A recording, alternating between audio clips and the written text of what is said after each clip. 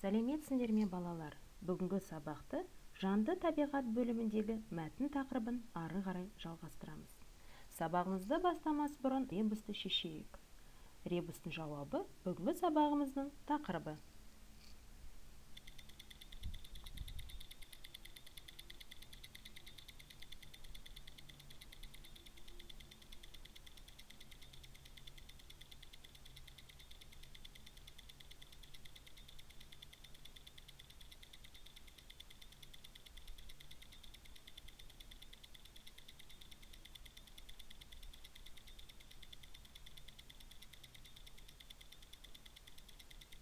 Жақсы, үлгердіңдер деп ойлаймын.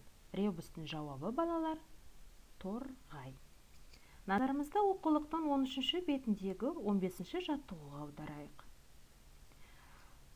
Тақырып пен суретке қарап балалар, мәтін мазмұнын болжап көріңдерші. Қалай ойлайсыңдар? Не немесе кім туралы айтылады? Назарымызды салып тыңдайық. Торғай. Нығмет Ғабдуллиннен. Ерте тұрған Омар атай бақшаны аралап келе жатты. Ол жусанның ығында бүрісіп отырған бір торғайды көрді. Өзіне әбден жаңбыр өткен. Торғай Омар атайға жасқана қарады. Әрі тоңған, әрі қорыққан кішкене құс қалшылдап тұр. Омар атай торғайды үйіне әкелді. Алдына ыдысқа салып жем әкеп қойды. Торғай жемді жемеді. Атай оның себебін сезіп сыртқа шығып кетті. Сәлден кейін терезеден сығаласа, торғай жемді жеп жатыр екен. Үсті де кеуіпті.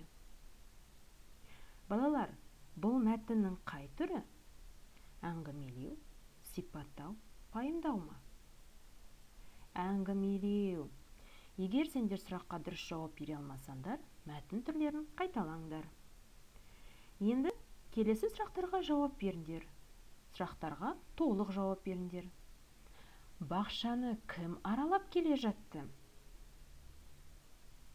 Ерте тұрған Омар атай бақшаны аралап келе жатты. Ол нені көрді? Ол жусанның ығында бүрісіп отырған бір торғайды көрді. Торғай неліктен Омар атайға жалтақтап қарай бастады? Торғай Омар атайдан қорықты. Оқиға жылдың қай мезгілінде болды деп ойлайсың? Оқиға күз мезгілінде болды. Оны неден байқадыңдар балалар? Жарайсыңдар балалар. Ал енді дәптерімізді ашамыз, бүгінгі күнді жазамыз. Видеоны тоқтатып жазып алыңдар.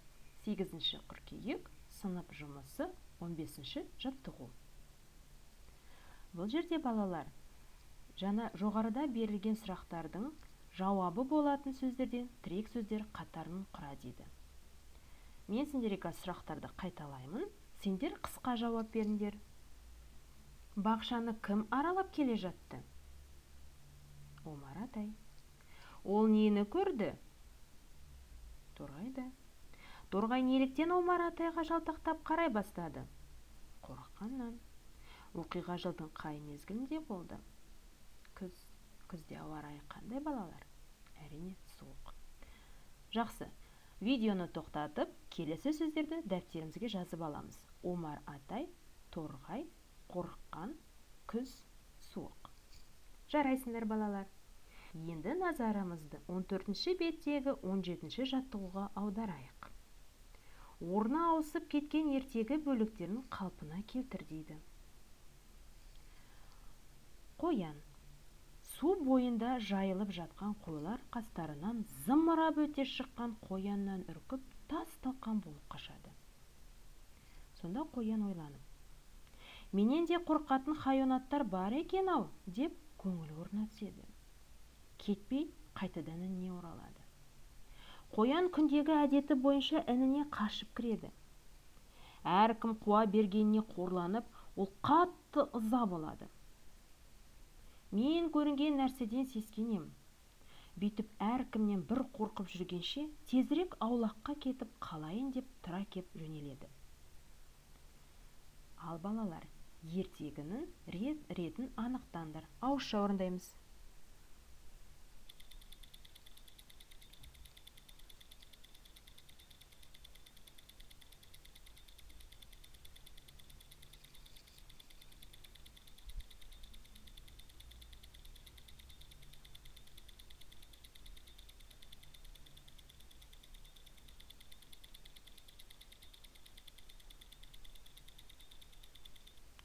Жақсы, мен сендер ретін дұрыс таптыңдар деп ойлаймын.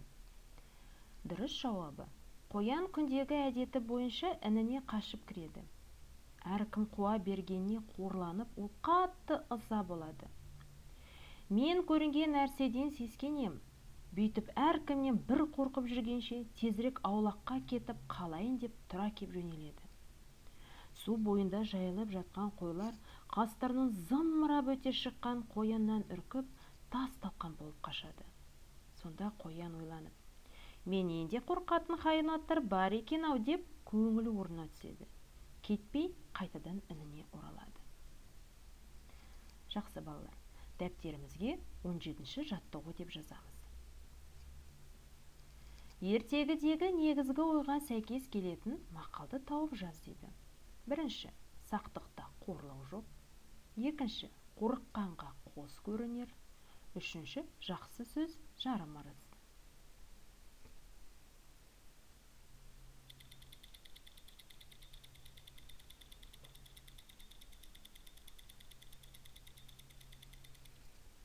Қорыққанға қос көрінер.